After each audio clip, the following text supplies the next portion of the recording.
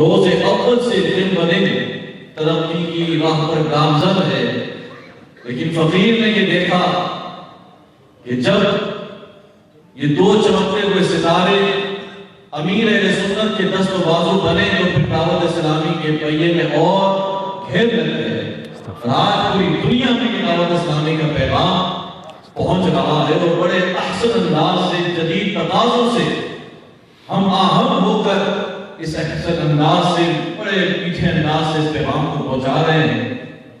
ایک اسلامی بھائی مجھے حاجی صاحب فرما رہے تھے کہ آپ مجھے شکریہ ادا کر رہے تھے کہ آپ ماشاءاللہ ہمارے اہتمام پروگرام کرتے ہیں۔ میں نے کہا آپ کو کتنا ٹائم ہو گیا دعوت اسلامی میں؟ کہا مجھے 15 سال۔ میں نے کہا میں الحمدللہ 30 سال سے وابستہ ہوں۔ دعوت اسلامی کی بنیاد سے لے کر آج تک سب سے عقیدت و محبت ہے، لیکن خاص طور پر دعوت اسلامی کے ساتھ، امیر اہل سنت کے ساتھ حاجی صاحب سے میری خاص عقیدت و محبت اس لیے ہے کہ مجھے یہ اعزاز کے ساتھ کہنا میں شرف حاصل ہوتا ہے کہ میں نے حضرت کے ساتھ پڑھا۔ دارالمجدیہ میں جب مجھے یہ شرف حاصل ہے، یہ اعزاز ہے کہ یہ جب وہاں پر پڑھ رہے تھے تو فقیر کو بھی اعزاز حاصل ہوا پڑھا۔ بلکہ ایک اور بات مجھے یاد آئی کہ جب میری شادی کی تو اس وقت میں بیکار تھا، بیکار تو ابھی بھی ہوں، لیکن عرفی معنی میں جو بیکار تھا تو گاڑی نہیں تھی، رینٹا پر کار لینے کی، تو حاجی صاحب نے اپنی گاڑی عنایت فرمائی تھی شیخ الحدیث صاحب کو۔ تو مجھے یہ بھی اعزاز ہے کہ میں حاجی صاحب حج اگر یاد ہو اس وقت گرین کلر کی کار ہوتی تھی تو حاجی صاحب کی کار میں مجھے بارات ملی گئی تھی۔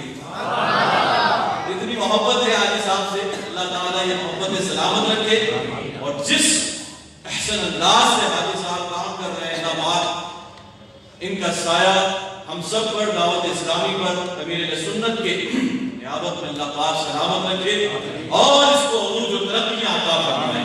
بلا تاخیر میں ملتمس ہوں مبلغ عالم اسلام، مبلغ دعوت اسلامی رکن شورا حضرت علامہ مولانا الحاج حاجی عبدالحمید القاری دامت برکاتہم العالیہ کہ وہ اپنے مخصوص انداز میں اپنے قلوب اپنے بیان سے ہمارے قلوب و اذہان کو منور فرمائے۔ نعروں سے حضرت کا استقبال، نعرے تکبیر، نعرے رسالت، نعرے غوثیہ، ہر صحابی ہے نبی، ہر صحابی ہے نبی، ہر صحابی ہے نبی، اور حاجی عبدالحمید القاری کا برکاتہ العالیہ۔ نعرہ تکبیر، صلو علی الحبیب صلی اللہ تعالی علی محمد صلی اللہ علیہ وسلم۔ اللہ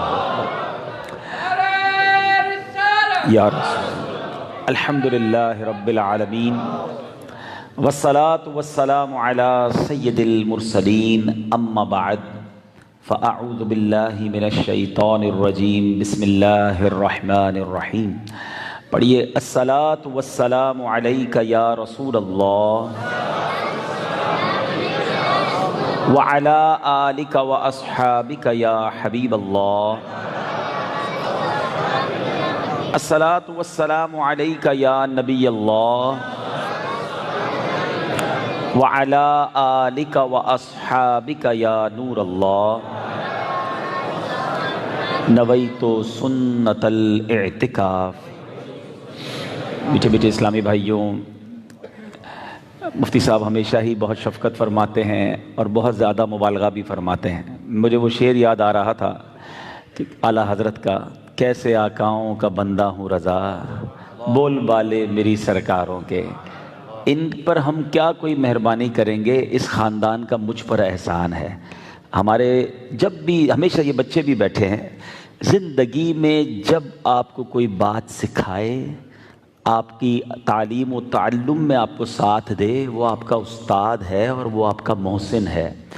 اور میں ویسے یہ بات کرتا نہیں ہوں، مگر امیر اہل سنت کے بعد وہ میرے پیر و مرشد ہیں، ٹھیک ہے، میں نے اگر کسی شخصیت میں انکساری، عاجزی، اخلاص، للہیت، خوف خدا، دنیا سے بے رغبتی ٹوٹ کر دیکھی ہے تو وہ ان کے والد محترم، میرے استاذ محترم قبلہ سیدی شیخ الحدیث مولانا اسماعیل ضیائی صاحب نے دیکھی ہے۔ اللہ پاک ان کا سایہ سلامت رکھے۔ آپ ایک ایسا چمکتا علم دین کا ستارہ ہیں، ہم نے تو بہت قریب سے انہیں دیکھا، یعنی مجھے اچھی طرح یاد ہے، باتیں تو بہت ساری ہیں استاد صاحب کی، لیکن استاد صاحب کے اندر جو پڑھانے کا جذبہ تھا، ہم پڑھتے تھے، بچے تھے، پڑھتے وقت تو بندہ کہتا ہے کب بریک ہوگی اور کب ذرا تھوڑا سا وقفہ ملے گا، تو بریک کی گھنٹی بج جاتی تو استاد صاحب کہتے بریک کو کیا کرنا ہے، تھوڑا اور حدیث پڑھ لو، تھوڑا اور علم حاصل کر لو، یعنی اتنا شوق انہیں پڑھانے کا، اللہ اکبر۔ اور پھر اتنے بڑے شیخ الحدیث ہو کر جو عاجزی اور انکساری ان کے اندر، اللہ پاک اس میں اور برکت دے، اور ان کا فیضان ماشاءاللہ آپ کے صاحبزادے میں ہے، اللہ پاک اس پورے خاندان کو سلامتی عطا فرمائے۔ ہم تمام عاشقان رسول، اہل سنت والجماعت کی محبتوں کو سلامت رکھے۔ یہ محبت فقط اللہ کے لیے، نہ یہ میرے رشتہ دار ہیں نہ میں ان کا رشتہ دار ہوں، لیکن جو روحانی رشتہ ہے، جو پیار کا رشتہ ہے، جو دین کا رشتہ ہے، اور یہ وہی محبتیں ہیں جو ہم سب میں ہیں، اللہ پاک ان محبتوں میں اور دوام بخشے۔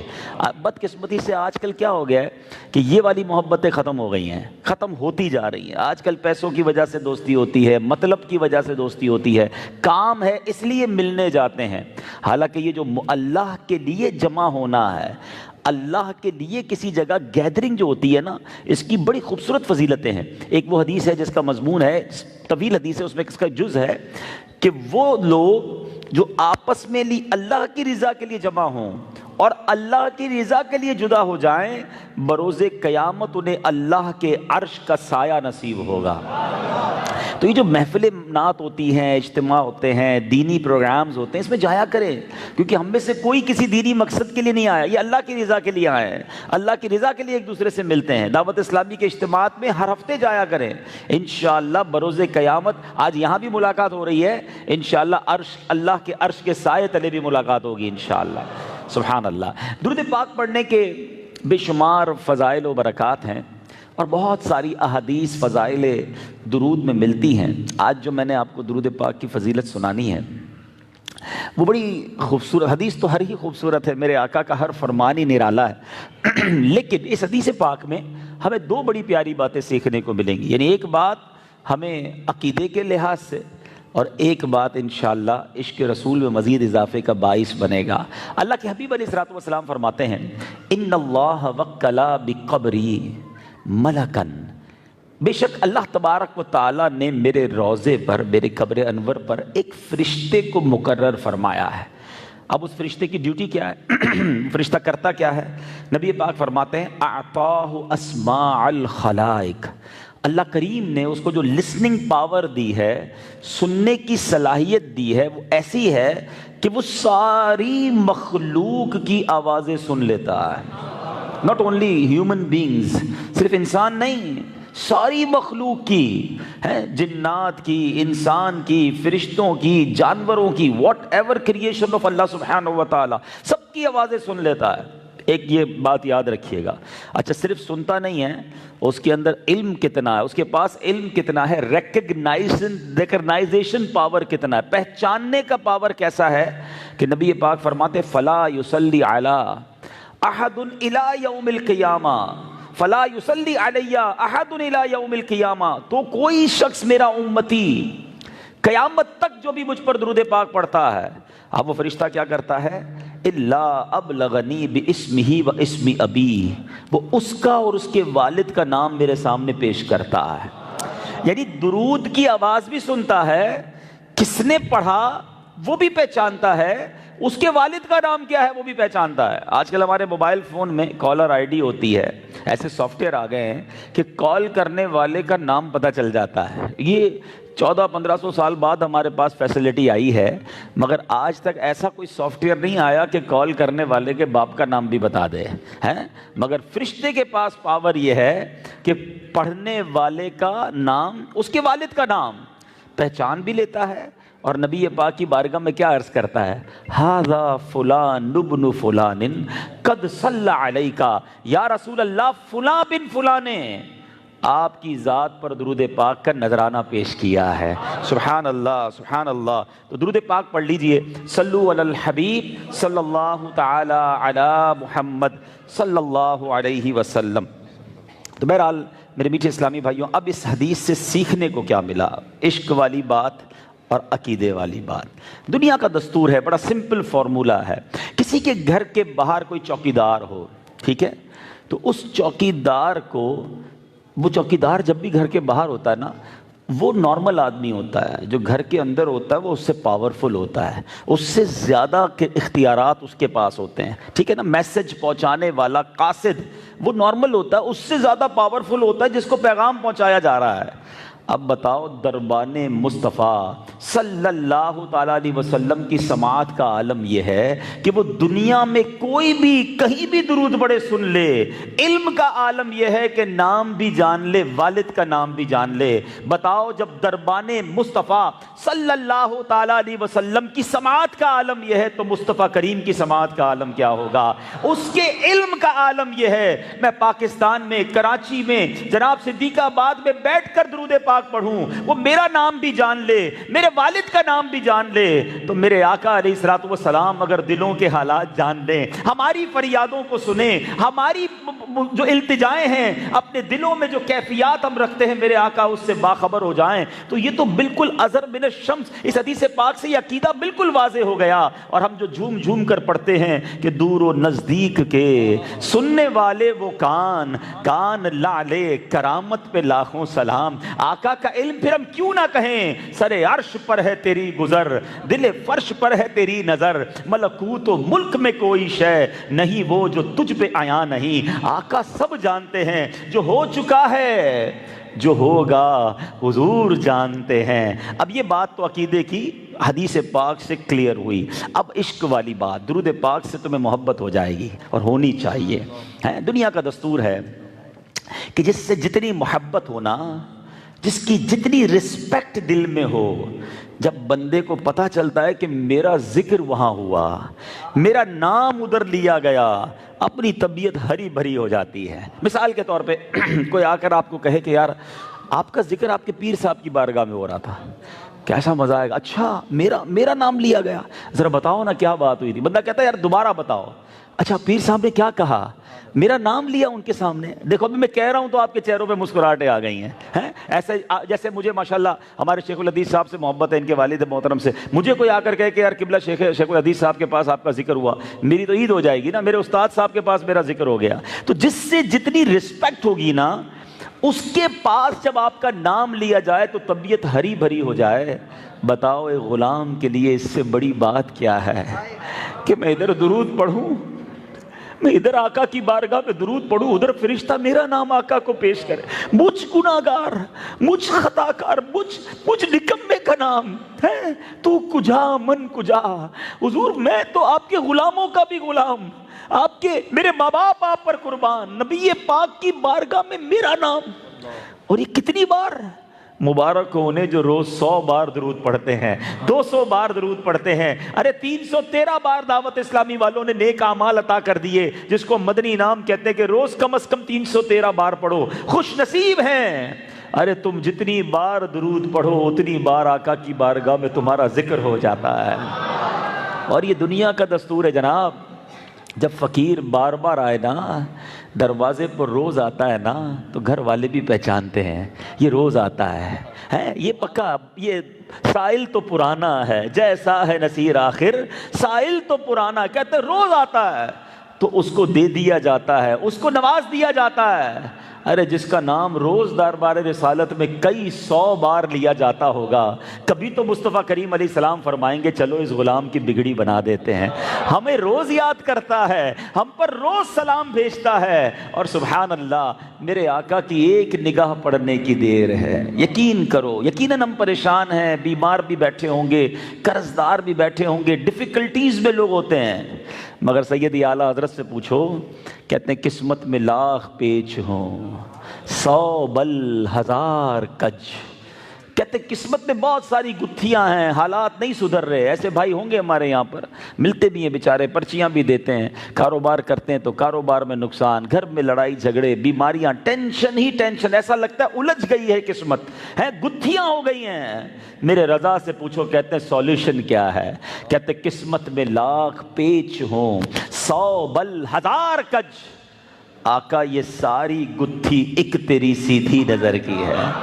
ایک نظر پڑنے کی دیر ہے، بس یہ ساری گتھیاں جو ہیں سلجھ جائیں گی. ایک اور شاعر لکھتے ہیں نا، یاد رکھو اگر اٹھ گئی ایک نظر، دیٹس اٹ. بس ہمیں یہی چاہیے بھائی، ایک بار نظر پڑنے کی دیر ہے. پڑ گئی جس پہ محشر میں بخشا گیا، رخ جدھر ہو گیا زندگی پا گیا. جس طرف اٹھ گئی دم میں دم آ گیا، اس نگاہ عنایت پہ لاکھوں سلام. یاد رکھو اگر اٹھ گئی ایک نظر، جتنے خالی ہیں سب جام بھر جائیں گے. تو اگر نبی پاک کی میٹھی نظر لینی ہے نا، توجہ لینی ہے، محتاج نظر ہے حال میرا، سرکار توجہ فرمائے. وہ توجہ چاہیے تو درود پاک از دا بیسٹ سولوشن.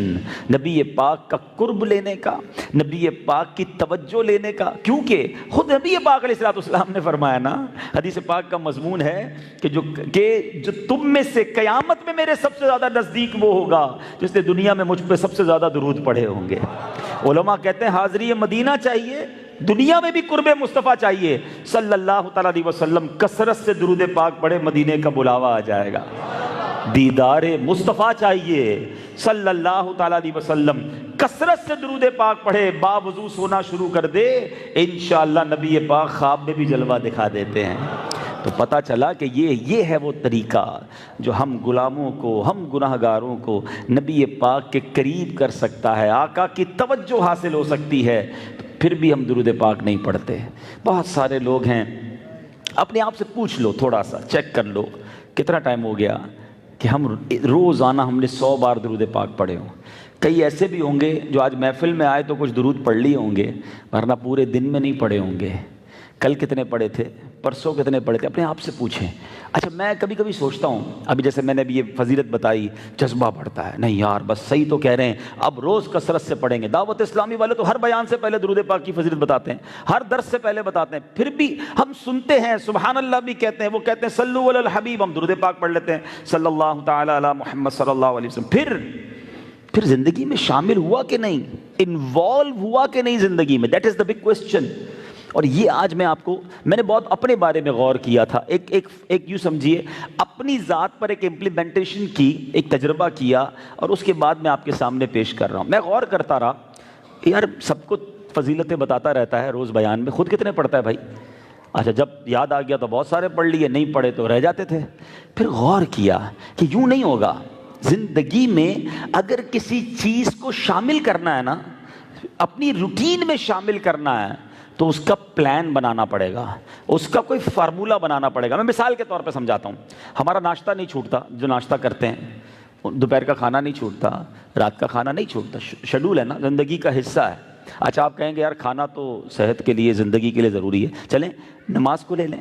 جو ماشاءاللہ 5 وقت کے نمازی ہیں نا پکے، ان کی نماز نہیں چھوٹتی، ان کو بے چینی شروع ہو جاتی ہے.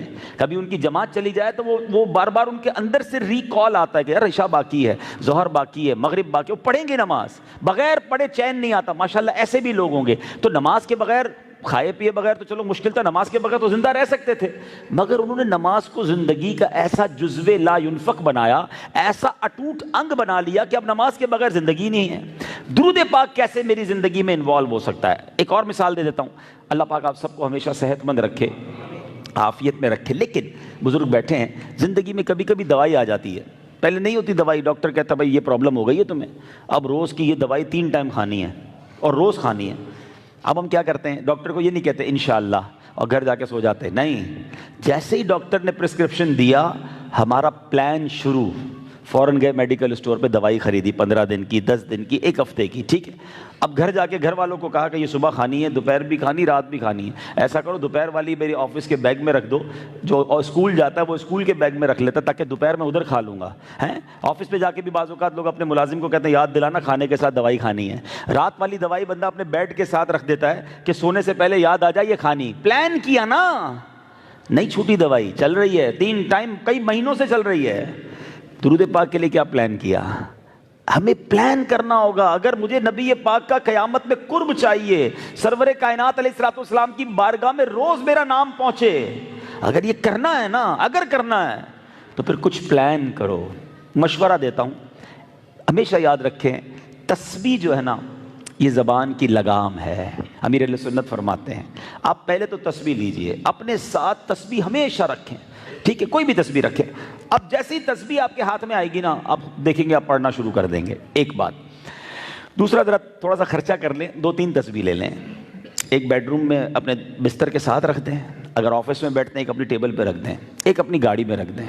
جدھر بیٹھو گے نا تسبیح یاد دلائے گی کہ تھوڑا ذکر کر لو, تھوڑا درود پڑھ لو. ہاں, میرا تسبیح کا کاروبار نہیں ہے, کوئی یہ نہ سمجھے جناب کوئی حضرت کنٹینر خرید لیا ہے تسبیح کا اور آج سیل کرنی ہے. میں نے جو کیا مجھے اس سے بڑا فائدہ ہوا.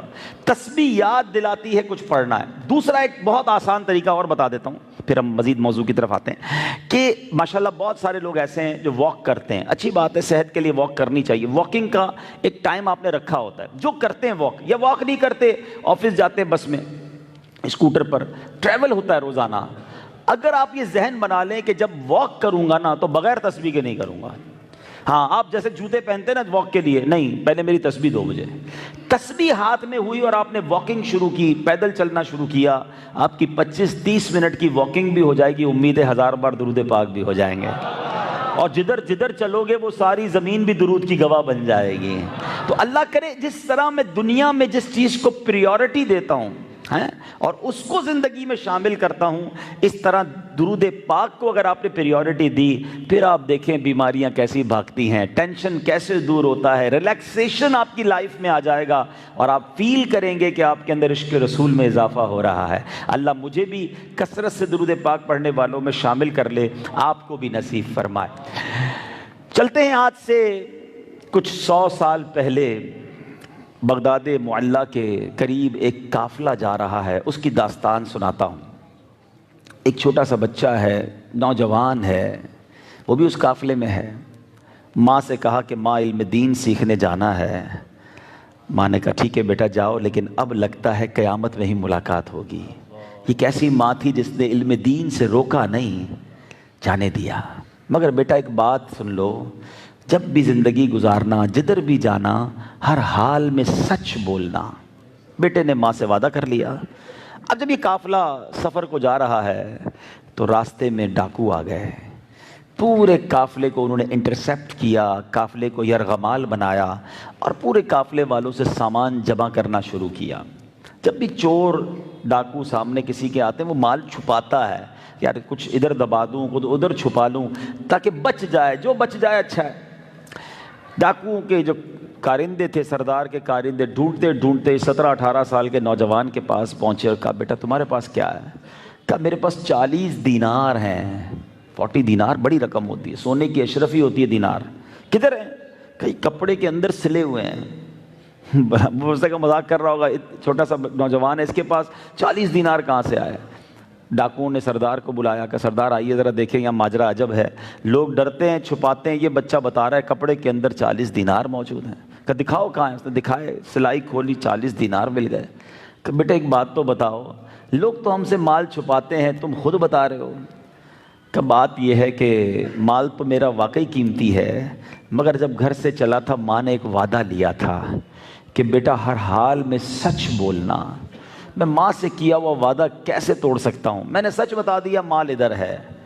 اب جب یہ بات اس سچے بندے کی زبان سے نکلی, ایک بات ہمیشہ یاد رکھیے گا, بات بڑی نارمل ہوتی ہے, مگر زبان پاک ہونا ہے, دل پاک ہو تو پھر اس الفاظ کی تاثیر ہی الگ ہو جاتی ہے. پرواز نہیں مگر طاقت پرواز ضرور رکھتی ہے, وہ ایسی اڑان رکھتی ہے, دل میں پیوست ہو جاتی ہے. جب وہ سچے نوجوان کی زبان سے صرف نارمل سادہ جملے نکلے, وہ ڈاکوؤں کا سردار رونے لگ گیا، کہتا تم بچے ہو کر، نوجوان ہو کر اپنی ماں سے کیے ہوئے ایک وعدے کو نہیں توڑ رہے ہو، اور میں نے بھی تو اللہ کی بارگاہ میں بہت سارے وعدے کیے ہیں، میں ایمان لایا ہوں، اسلام کی قیودات میرے اوپر ہے، باؤنڈری آف اسلام مجھ پر ہے، اور میں روز اسے توڑ رہا ہوں، لوگوں کے پیسے چھینتا ہوں، گناہ کرتا ہوں، بدکاریاں کر رہا ہوں۔ وہ رونے لگا، اور آخر کار اس سردار نے توبہ کر لی، اس کے سارے ساتھیوں نے توبہ کر لی، سارے قافلے کا مال واپس لوٹا دیا۔ اے میرے میٹھے اسلامی بھائیوں، بہت سارے لوگ تو پہچان گئے ہوں گے کہ یہ نوجوان کون تھے، یہ کوئی اور نہیں تھے، یہ پیران پیر، پیر دستگیر، غوث اعظم شیخ عبد القادر جیلانی تھے۔ علم دین سیکھنے ابھی تو نکلے تھے، ابھی تو مراتب اور وہ منزلیں طے کرنی تھی۔ بہرحال غوث پاک یقیناً مادرزاد ولی ہیں، مگر عروج اور ملنا تھا، مقامات اور بلند ہونے تھے۔ مگر ماں نے جو ایک نصیحت کی تھی، یہاں بہت بڑا درس ہے والدین کے لیے کہ اپنے بچوں کی تربیت کیسے کرنی ہے۔ دونوں باتیں بڑی کمال کی ہیں نا، ماں نے دین کی طرف جانے سے نہیں روکا، قربانی دی، کہا بیٹا جاؤ۔ اس زمانے میں سفر ایسے ہی ہوتے تھے، بندہ جاتا تھا پھر آنے میں بہت مہینے سالوں لگتے تھے، تو کہا شاید ملاقات اب نہیں ہوگی، محشر میں ملیں گے۔ ادھر ماں باپ مسجد میں بچہ زیادہ جائے تو ٹینشن، ہاں گھومنے پھرنے دوستوں میں جائے کوئی مسئلہ نہیں، محفل میں نہیں جانا، اجتماع میں نہیں جانا، قافلے میں نہیں جانا، کیا تو نے چہرے پہ داڑھی سجا لی۔ ایسے بھی ماں باپ ہیں کہ بیٹا نیکی کی طرف جاتا ہے تو ماں باپ کو تکلیف ہونا شروع ہو جاتی ہے، مولوی بنے گا، ارے جس کا کلمہ پڑا ہے، اس کی سنت پر عمل کر رہا ہے، اور تمہیں تکلیف ہو رہی ہے۔ ہمارے پاس ایسی مثالیں موجود ہیں کہ ماں باپ نے بچوں کو نیکی کے راستے پر ڈسکریج کیا، ان کی حوصلہ شکنی کی، اور ایک وقت آیا کہ وہ بچہ ایسے ماحول میں چلا گیا، شراب، منشیات، ڈرگز ہیں، آخر کار جیلوں میں۔ اور پھر ماں باپ روتے روتے آئے کہ اچھا خاصا بیٹا جا رہا تھا دین کے کاموں کی طرف، جاتا تھا مسجد میں، چاہتا تھا میں جاؤں قافلے میں، داڑھی رکھتا تھا، ہم داڑھی نہیں رکھنے دیتے تھے، اور اب ہمارے ہاتھ سے نکل گیا۔ ارے خوش نصیب ہو تم کہ تمہاری اولاد اگر خود نیک بننا چاہتی ہے تو اس کی حوصلہ افزائی کریں، اس کی پیٹھ تھپکیں، کیونکہ یہ نیک اولاد ہی ہوگی جو میرے اور آپ کے مرنے کے بعد صدقہ جاریہ کرے گی، دعائے مغفرت کرے گی۔ اولاد بگڑ گئی تو بچنا کیا ہے؟ تو اولاد کو نیکی کے راستے پر جب بھی جائے، حوصلہ اس کو لگے کہ یار میں جب نماز پڑھ کے آتا ہوں ابو بہت خوش ہوتے ہیں، جب میں اجتماع میں جاتا ہوں والد صاحب پیٹھ تھپکتے ہیں، انعام دیتے ہیں مجھے، ہیں ہمارے کچھ لوگ ملتے ہیں کہتے ہیں میرا بیٹا او ہو بڑا ماسٹر ہے عبدالحبیب بھائی۔ اچھا کس چیز کا ماسٹر ہے؟ اس کو موبائل کے سارے سافٹ ویئر آتے ہیں، وہ جناب کبھی موبائل لاک ہو جائے فوراً کھول دیتا ہے، اس کو کمپیوٹر بڑا ماسٹر ہے۔ میں آپ سے پوچھتا ہوں، آپ کا بیٹا، ہمارا بیٹا مرنے کے بعد گوگل، فیس بک، یاہو، واٹس ایپ کھول کے ایصال ثواب نہیں کرے گا؟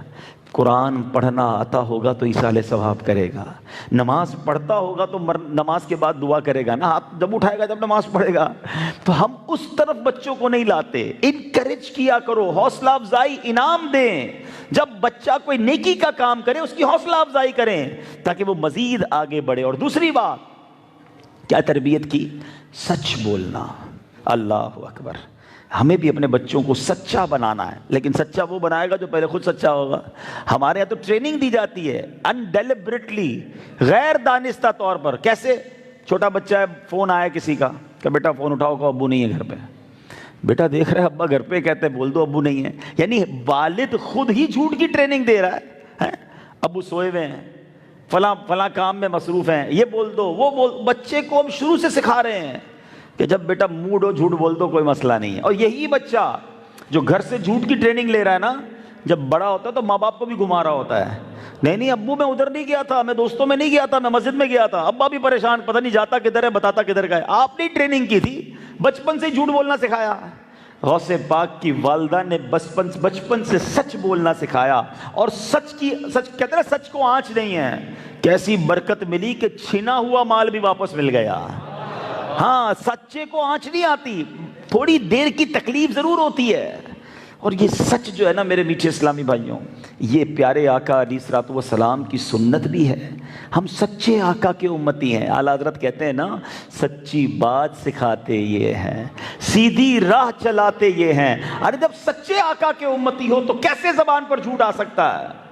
لیکن آج کل تو اتنا جھوٹ عام ہو گیا ہے، حدیث میں مضمون ملتا ہے کہ جب بندہ جھوٹ بولتا ہے نا تو اس کے منہ سے ایک بدبو نکلتی ہے، اور وہ بدبو ایسی نکلتی ہے کہ فرشتہ اس کے منہ کی بو سے 1 میل دور ہو جاتا ہے۔ تو ہمیں تو کسی کے منہ سے بو نہیں آتی، تو علماء نے بڑا پیارا جواب دیا کہ اتنا جھوٹ ہو گیا ہے کہ آپ نے دیکھا ہوگا جو یہ گٹر وغیرہ صاف کرنے والے ہوتے ہیں گٹر کے اندر بھی اتر جاتے ہیں، ہم قریب کھڑے نہیں رہ سکتے کیونکہ ہمیں بہت بدبو آتی ہے۔ تو ان کو اس لیے نہیں آتی کہ ان کی ناک اٹ جاتی ہے، ان کو یہ بدبو نارمل لگتی ہے۔ کسائی کے جو جگہ ہوتی ہیں جہاں پر جانور وغیرہ کاٹے جاتے ہیں وہاں ہم داخل ہوتے ہیں بڑی اسمیل آتی ہے، وہ صبح سے شام وہاں بیٹھے ہوئے ہوتے ہیں، ان کو کوئی پرابلم نہیں ہوتی۔ تو جو اس ماحول میں ہوتا ہے اس کو وہ اسمیل نہیں آتی ہے۔ علماء کہتے ہیں معاشرے میں جھوٹ اتنا ہو گیا ہے کہ یہ بدبو اتنی پھیل چکی ہے کہ ہمارے ناکوں کو محسوس ہی نہیں ہو رہی ہے۔ لوگ کہتے ہیں بیماریاں دور نہیں ہو رہی، پریشانیاں دور نہیں ہو رہی، جناب ٹینشن ہی ختم نہیں ہو رہی۔ ارے بھائی جھوٹ بول بول بول بول کے فرشتے دور کر دیے، رحمت کدھر سے آئے گی؟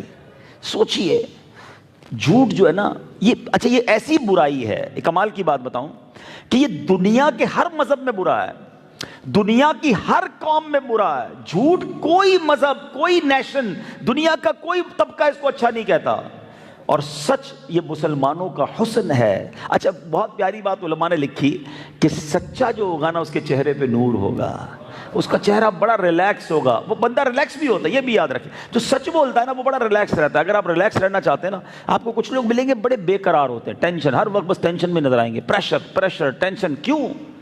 جو جھوٹا ہوتا ہے نا وہ مضطرب ہوتا ہے، وہ آپ کو ٹینشن میں دکھے گا، اس کو سکون کی نیند بھی نہیں آتی۔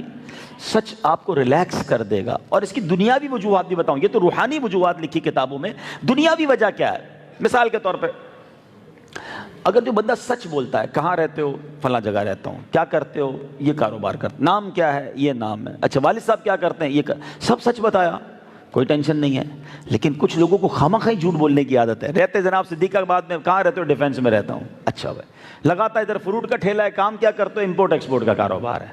اچھا اب بول تو دیا جھوٹ، لیکن اب یاد رکھنا پڑے گا کہ اس کو امپورٹ ایکسپورٹ کا کاروبار بتایا اور رہائش ڈیفینس کی بتائی ہے، ٹھیک ہے جناب۔ والد صاحب کیا کرتے ہیں؟ والد صاحب دبئی میں ہوتے ہیں، والد صاحب رہتے ہیں جناب لیاری میں۔ اب بتایا دبئی، تو یاد رکھنا پڑے گا والد صاحب اس کو دبئی، اب سب کو جھوٹ بول رہا ہے نا، تو اس کو فائلیں سنبھالنی پڑتی ہیں، اس کو فلاں چیز بتائی ہوئی ہے، اس کو یہ بتائی ہوئی ہے۔ اچھا آفس میں اتنا جھوٹ بولتے ہیں، بھائی کیوں نہیں آیا؟ وہ نانی بیمار تھی، تھوڑے دنوں بعد پھر نہیں آیا، وہ نانی کا انتقال ہو گیا۔ اب آفس میں یاد رکھنا پڑے گا نانی مر چکی ہے آفس میں، اب دوبارہ نہیں بولنا ہے آفس میں نانی بیمار ہے، کیونکہ پہلے انتقال کی چھٹیاں لے چکا ہوں۔ جھوٹے کو اپنی اچھا کہتے ہیں ایک جھوٹ کو سنبھالنے کے لیے 100 جھوٹ بولنے پڑتے ہیں۔ اور کتنا مشہور جملہ ہے کہ جھوٹوں پر خدا کی لعنت ہے۔ ٹھیک ہے یہ کفار کے حق میں آیات نازل ہوئی، لیکن یہ وصف مسلمانوں والا نہیں ہے۔ مسلمان جھوٹا نہیں ہو سکتا۔ مگر آج اچھا ایک تو یہ جھوٹ، خامہ خواہی بھی جھوٹ، دوستوں کو ہنسانے کے لیے جھوٹ نہیں۔ میرے میٹھے اسلامی بھائیوں، یہ بربادی کا راستہ ہے۔ ایسی حدیثیں ہیں جھوٹ کے حوالے سے اور سچ کی فضیلت میں کہ بندہ سنے تو حیران ہو جاتا ہے، لیکن لوگوں کو احساس ہی نہیں ہوتا۔ ذرا غور سے سنیے گا، نبی پاک علیہ الصلوۃ والسلام کا میں آپ کو فرمان سناتا ہوں۔ میرے آقا علیہ الصلوۃ والسلام ارشاد فرماتے ہیں کہ بندہ جھوٹ بولتا رہتا ہے تو اسے بہت زیادہ جھوٹا لکھ دیا جاتا ہے، یعنی اس کے لیے حکم کر دیا جاتا ہے کہ یہ جھوٹا ہے، فرشتوں پر اس کا جھوٹا ہونا ظاہر کر دیا جاتا ہے، اور زمین والوں کے دلوں میں بھی یہ بات ڈال دی جاتی ہے۔ مشہور بھی ہو جاتا ہے یار یہ تو ہی جھوٹا ہے، جب دیکھو بھائی مبالغہ آرائی کرے گا، یہ جو بات کرے نا 50% مائنس کر لو۔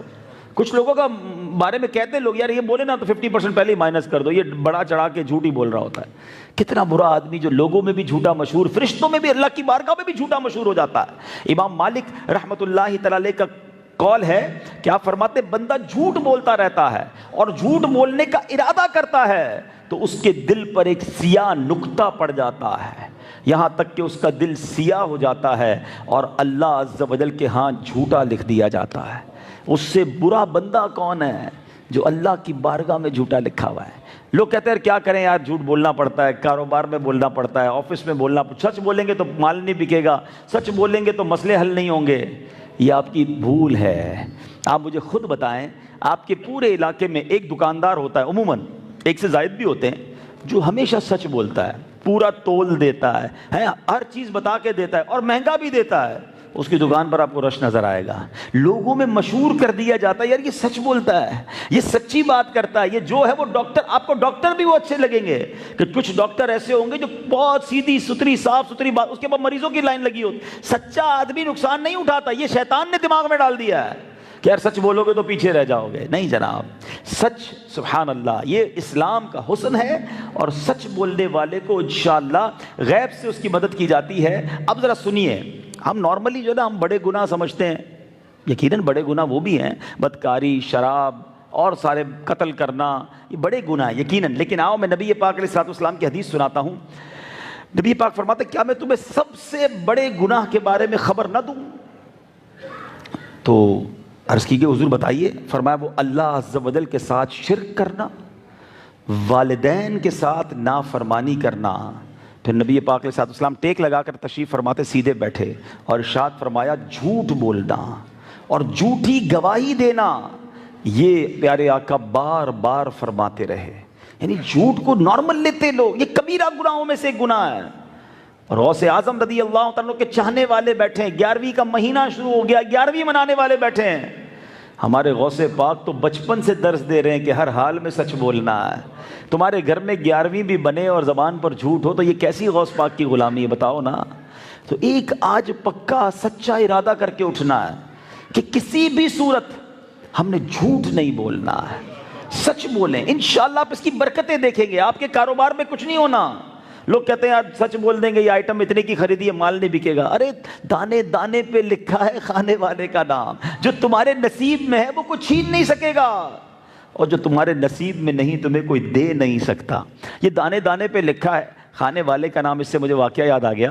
اعلیٰ حضرت امام اہل سنت سے سوال ہوا کہ حضور یہ بتائیے یہ واقعی بات ٹھیک ہے کہ دانے دانے پہ لکھا ہے کھانے والے کا نام؟ اعلیٰ حضرت کہتے ہیں صرف دانے پر نہیں, یہ دانے کے ذرے ذرے پر کھانے والے کا نام لکھا ہے.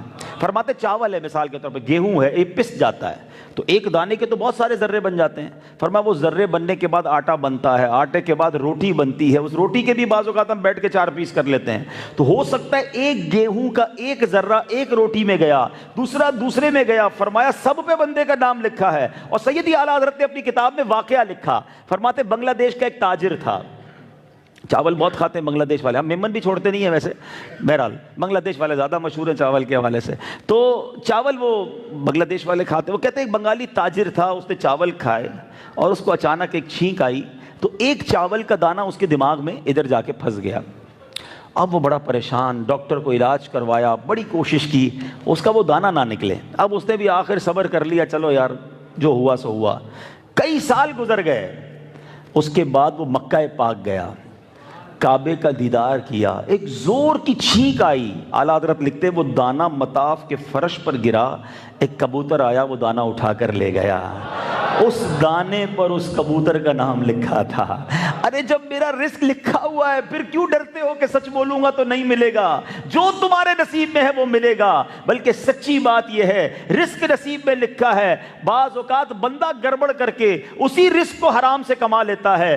صبر کرے گا تو اللہ اتنا ہی اسے سچ کے ذریعے, برکت کے ذریعے, سچائی اور ایمانداری سے عطا فرمائے گا. تو اللہ کرے آج یہ ذہن بن جائے کہ ہم نے ہر حال میں سچ بولنا ہے. اور اب آؤ میں آپ کو ایک اور بات بتاؤں. ابھی آپ نے سب سے بڑے گناہ کی بات سنی نا, اب میں آپ کو وہ بات بتا رہا ہوں جو عاشق رسول کے لیے تو اینڈ ہے نا, کیونکہ اللہ کے حبیب علیہ الصلوۃ والسلام فرماتے ہیں 8 قسم کے لوگ اللہ عز و جل کے نزدیک قیامت کے دن سب سے زیادہ ناپسندیدہ ہوں گے.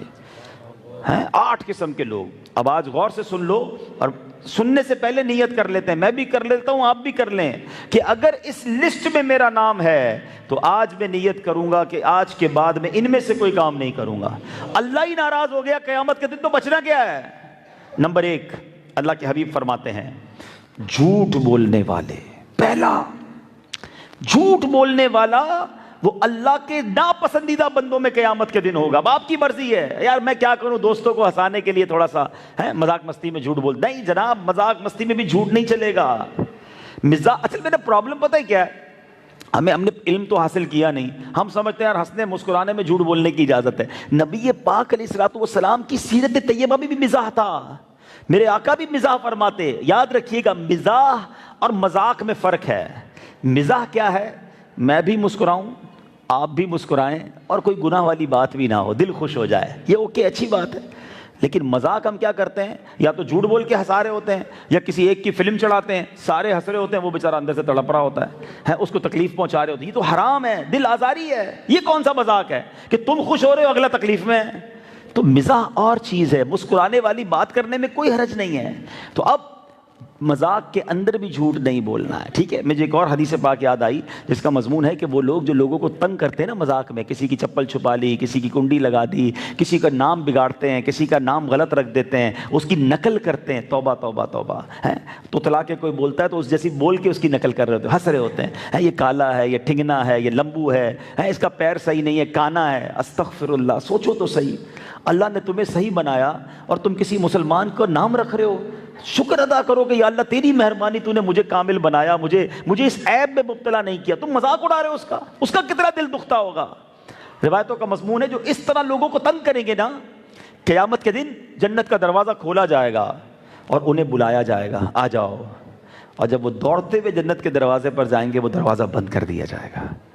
پھر پیچھے مایوس ہو کر جائیں گے، پھر اعلان ہوگا آ جاؤ، دروازہ کھولا جائے گا، وہ پھر دوڑتے ہوئے جائیں گے، پھر بند کر دیا جائے گا۔ ایسے ہی کرتے تھے نا، لوگوں کو بلا کے دروازہ بند ہے، کوئی چیز چھپا لی، تنگ کر رہے ہیں، چابی چھپا لی، نہ کیا کرو۔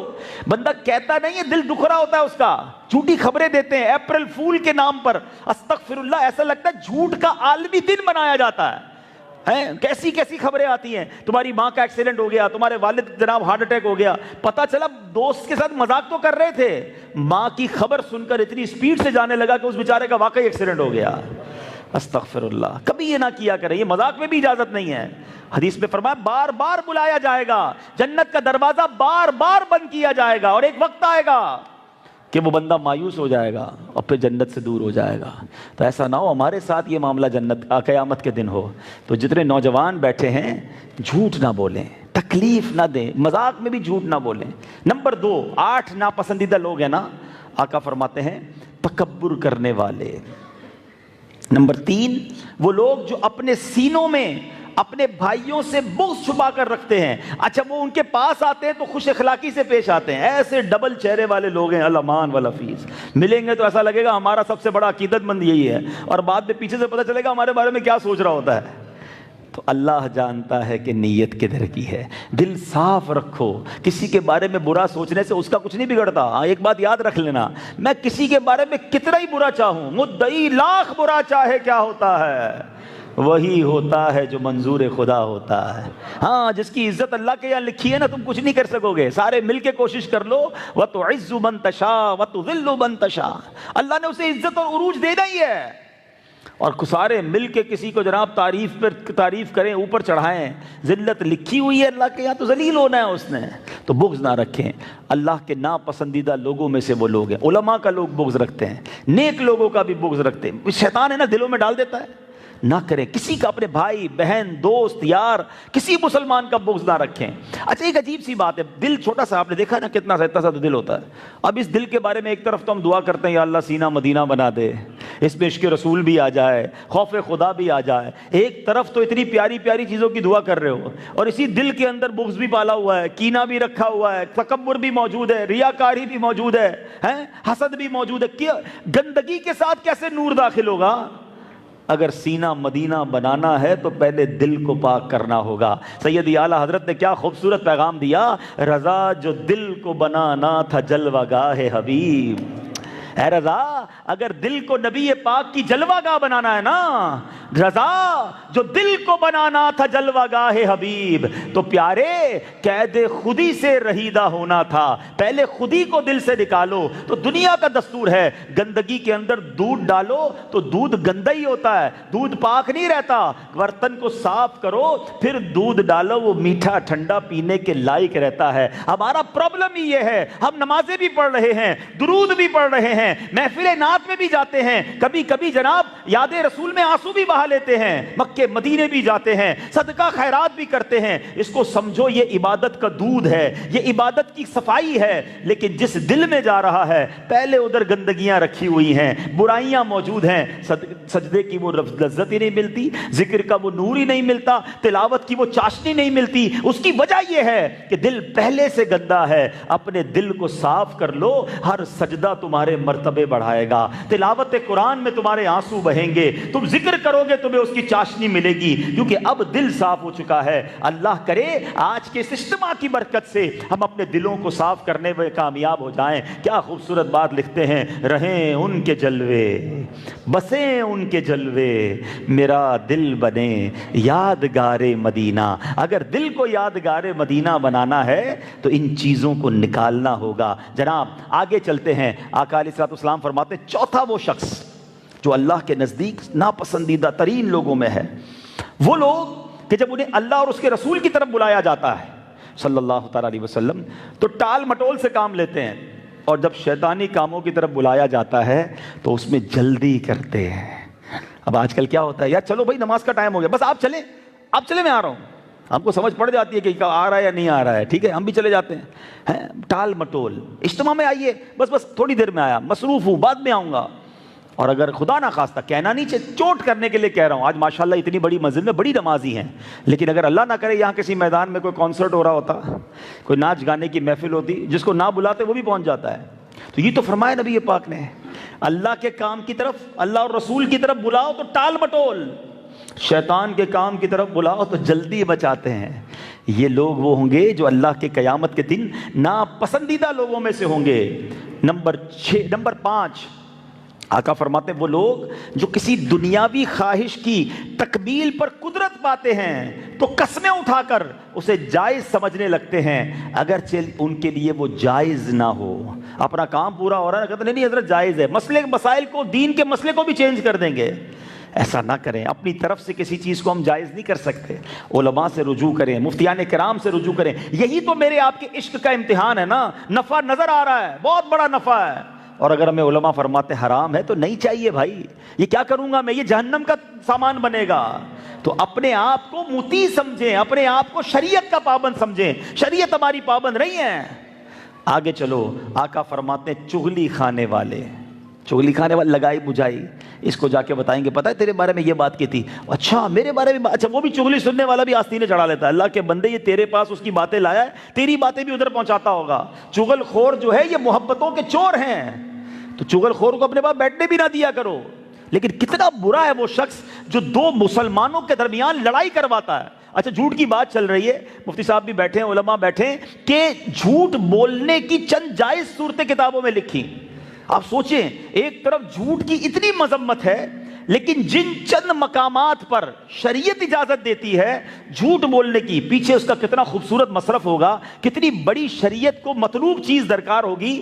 فرمایا جب دو بھائیوں میں، دو دوستوں میں، میاں بیوی میں لڑائی ہو جائے تو سلو کرانے کے لیے مصلحتاً وہاں جھوٹ بولا جا سکتا ہے، یعنی دو خاندانوں کو ملانے کے لیے جھوٹ بولنے کی اجازت ہے۔ مگر اس سے بڑا بدبخت کون ہوگا جو دو خاندانوں کو لڑانے کے لیے جھوٹ بولتا ہے، دو دوستوں کو دور کرنے کے لیے جھوٹ، بزا بہت آتا ہے، چغلی ہے نا، یہ شیطان کا ایسا وار ہے، اس کا ٹیسٹ بھی بڑا ہے، اس کا نشہ ہے۔ ہم بڑا مزہ آیا، میں گیا اس کے پاس، اور بھائی پتہ چلا تمہارے بارے میں تو وہ یہ کہہ رہا تھا، اچھا یہ کہہ رہا تھا، اس کو جا کے کہیں گے یہ کہہ رہا تھا، دونوں کی لڑائی کروا دی۔ توبہ توبہ توبہ، خدا کے واسطے اس عادت سے جان چھڑاؤ۔ یہ ہماری بہنوں میں زیادہ ہوتی ہے، میرے لائیو چونکہ یہ بیان جا رہا ہے سوشل میڈیا، میری بہنیں خدا کے واسطے اس عادت سے نکلیں۔ کیوں ہمیں ضرورت ہے کسی کی بات کسی تک پہنچانے کی؟ چغل خور جو ہے اللہ کے نزدیک قیامت کے ناپسندیدہ لوگوں میں سے ہوگا۔ اور اب 8واں وہ شخص، 7واں اسی کے تحت آ گیا، دوستوں میں جدائی ڈالنے والا، لڑائی کروا دیتے ہیں، جدائی ڈال دیتے ہیں۔ اور 8واں فرمایا نیک لوگوں کے گناہ میں مبتلا ہونے کی تمنا کرنے والے، یعنی ایسے بھی لوگ ہوتے ہیں کہتے ہیں یار اس کا کوئی اسکینڈل آنا چاہیے، بڑا نیک بنا پھرتا ہے نا، پتہ چلے یار اس سے بھی کوئی غلطی ہو اور میں ذرا پھر دنیا کو بتاؤں۔ توبہ توبہ توبہ، تمہارا دل کتنا گندا ہے کہ جو بندہ اللہ کی راہ میں لگا ہوا ہے تم چاہتے وہ غلطی کرے، وہ گناہ، دعا کرو کہ اللہ اس کو غلطی سے بچانا تاکہ یہ اور دین کی خدمت کرے۔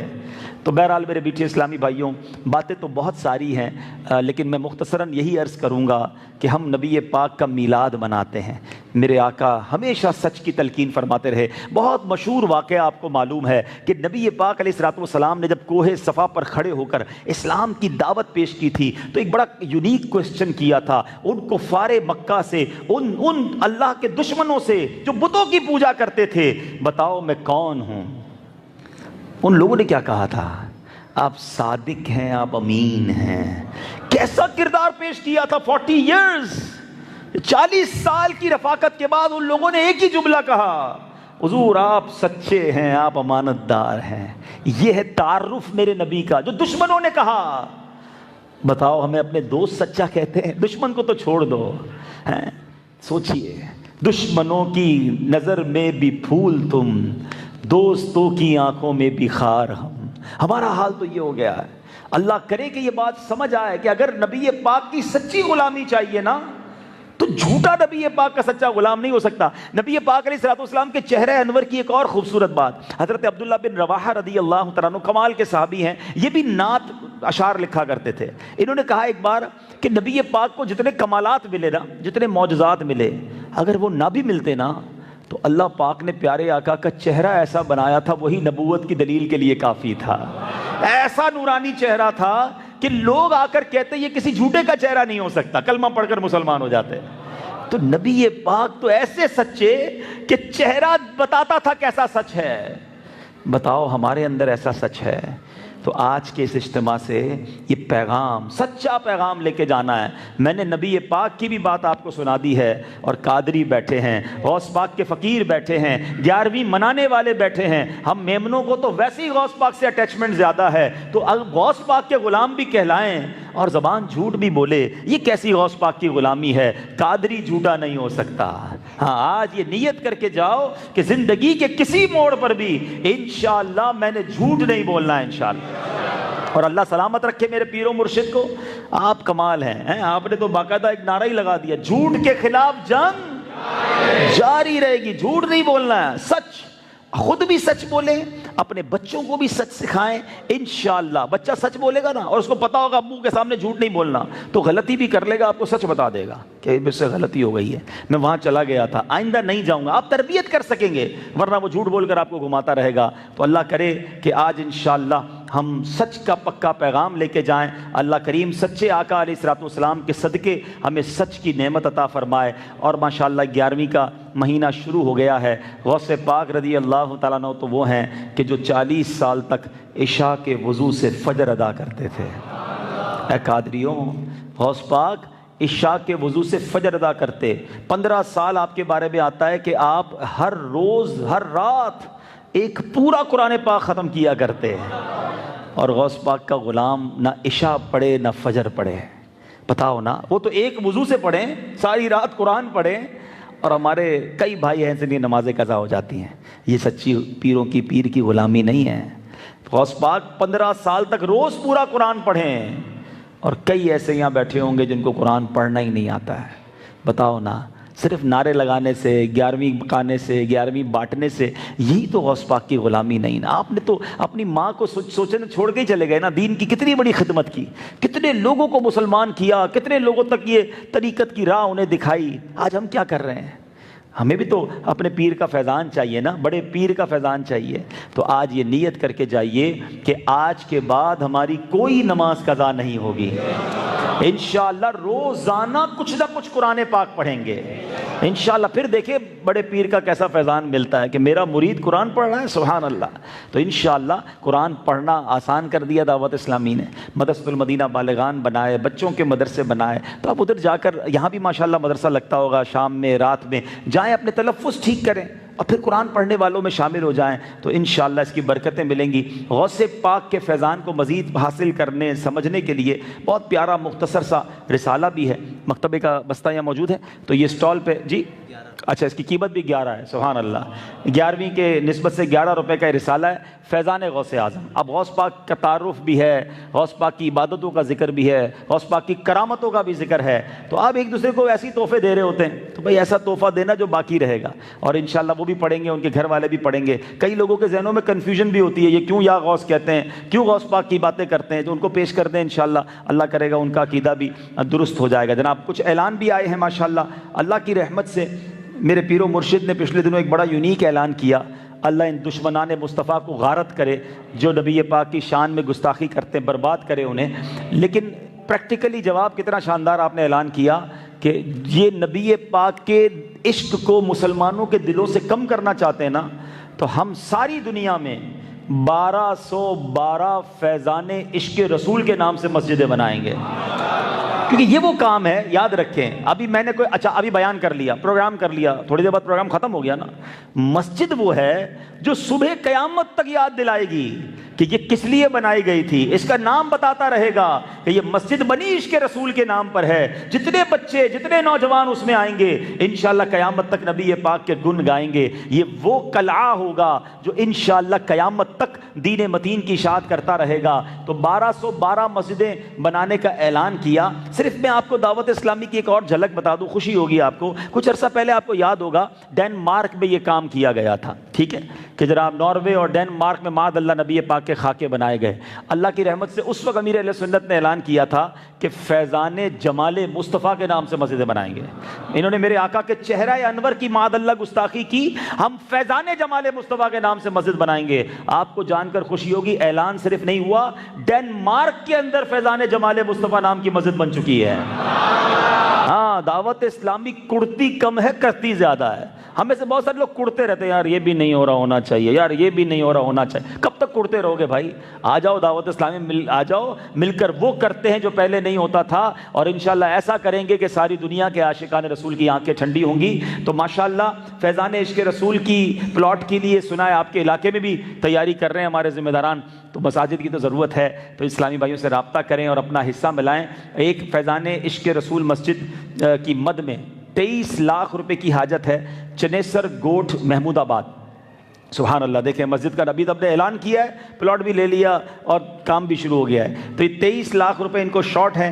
سبحان اللہ، ہمارے ذمہ داران یہاں موجود ہوں گے، تو جاتے جاتے میرا آپ کا سب کا حصہ ہونا چاہیے۔ میرے آقا پر ہماری جان، مان، من، دھن سب قربان، تو اپنے مال کے ذریعے بھی اس کے ساتھ تعاون فرمائیں۔